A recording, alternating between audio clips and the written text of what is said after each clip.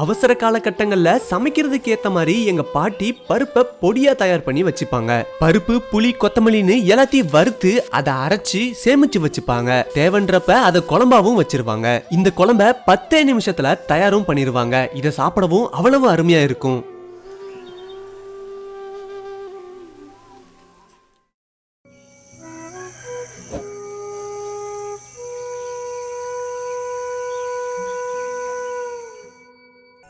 இப்ப அந்த பருப்பு பொடியை தயார் பண்ண தேவையான மசாலா பொருட்களை பாத்திரலாம். 1/2 கிலோ துவரம் பருப்பு, 100 கிராம் பொட்டுக்கடலை, 100 கிராம் புளி, 2 ஸ்பூன் வரக்கொத்தமல்லி, 1 ஸ்பூன் கடுகு, 15 வரமிளகாய், 1/2 ஸ்பூன் வெந்தயம், 1 ஸ்பூன் மிளகு சீரகம், பெருங்காயம். இப்ப நம்ம எடுத்து வச்சிருக்க மசாலாக்கள் எல்லாத்தையும் வறுக்க ஆரம்பிச்சிடலாம். சட்டி நல்லா சூடானதும் வெந்தயம், மிளகு சீரகம் ரெண்டையும் இப்ப நல்லா வறுத்து எடுத்துக்கலாம். வெந்தய மிளகு சீரகத்தை நல்லா வறுத்துட்டு அரைக்கிறதுக்காக தனியா ஆற வச்சிடலாம். இப்ப கொத்தமல்லி, வரமிளகாய் ரெண்டையும் இப்ப நல்லா வறுக்க ஆரம்பிச்சிடலாம். வறுத்துட்டு இதையும் இப்ப அரைக்கிறதுக்காக ஆற வச்சிடலாம். அடுத்து பெருங்காயம், புளி ரெண்டையும் இப்ப நல்லா வறுத்து எடுத்துக்கலாம்.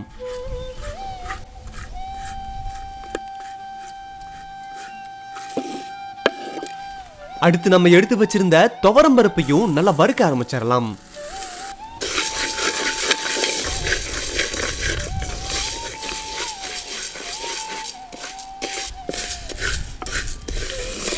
துவரம் பருப்பையும் நல்லா வறுத்துக்கிட்டாச்சு.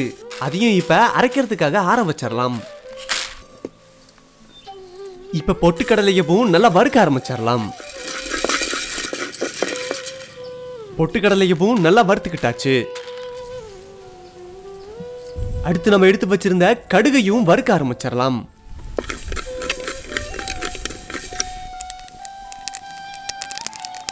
இப்ப கடுகு கூடவே கருவேப்பிலையவும் சேர்த்து நல்லா வறுக்க ஆரம்பிச்சிடலாம். கடுகு கருவேப்பிலையவும் நல்லா வறுத்துக்கிட்டாச்சு. இப்ப நம்ம வறுத்து வச்சிருந்த மசாலாக்களை அரைக்க ஆரம்பிச்சிடலாம். இப்ப வறுத்து வச்சிருந்த வரமிளகாய், கொத்தமல்லி, மிளகு சீரகம், வெந்தயம் இது எல்லாத்தையும் அம்மியில வச்சு அரைக்க ஆரம்பிச்சிடலாம்.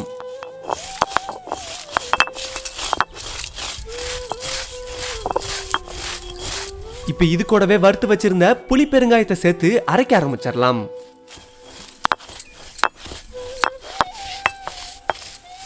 வரமிளகாய், மிளகு சீரக மசாலாவை நல்லா அரைச்சுக்கிட்டாச்சு.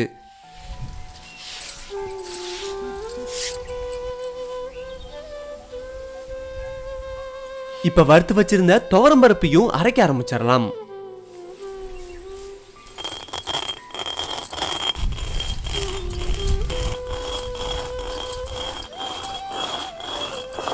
துவரம் பருப்பு கூடவே இப்ப கொஞ்சம் உப்பையும் சேர்த்து அரைக்க ஆரம்பிச்சிடலாம்.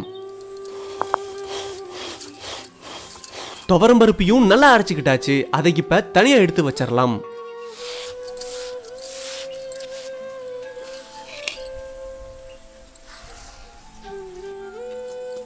அடுத்து நம்ம வறுத்து வச்சிருந்த பொட்டுக்கடலையவும் அரைக்க ஆரம்பிச்சிடலாம்.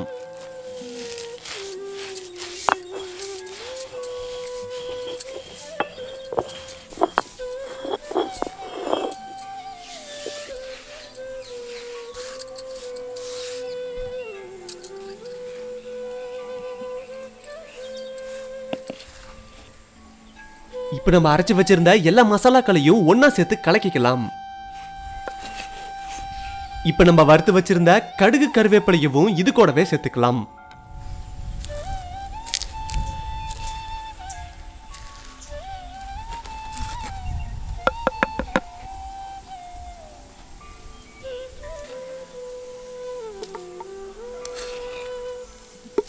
இப்ப பருப்பை பொடியா அரைச்சு தயார் பண்ணிக்கிட்டாச்சு. இது இறுக்கமான ஒரு பாத்திரத்துல சேமிச்சு வச்சுக்கலாம். தேவைப்படும் போது இதை குழம்பாவும் சமைச்சு எடுத்துக்கலாம்.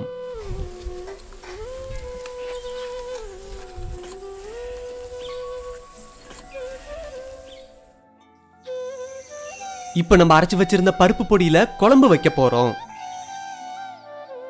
அதுக்கு தேவையான பொருட்களை இப்ப பாத்திரலாம். 3 தக்காளி, கறிவேப்பிலை, வரமிளகாய், சின்ன வெங்காயம்.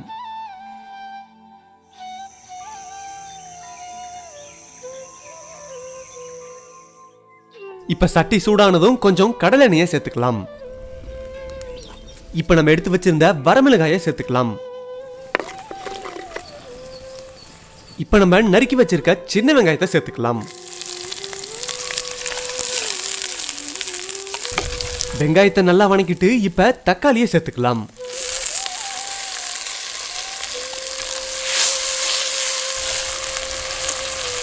தக்காளி வணங்கும் போதே மஞ்சத்தூள், உப்பு சேர்த்துக்கலாம்.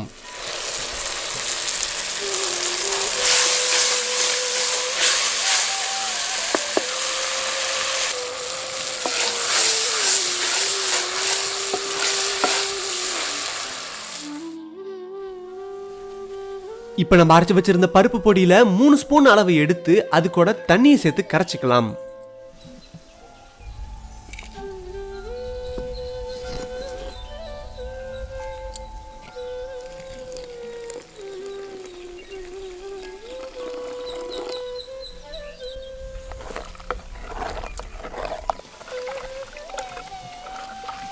பருப்பு பொடியை நல்லா கரைச்சிட்டு தக்காளி வணங்கினதும் அது கூட இப்ப சேர்த்துக்கலாம்.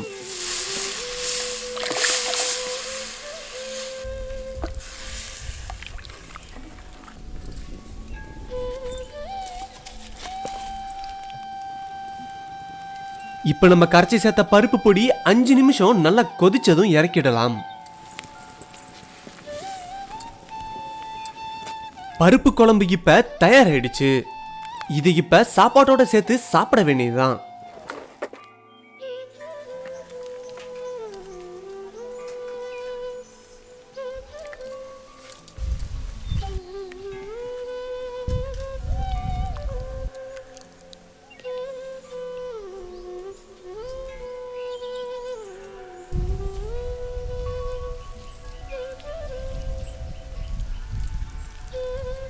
இந்த பருப்பு குழம்பு கொஞ்சம் வித்தியாசமாவும் சுவையாவும் இருந்தது.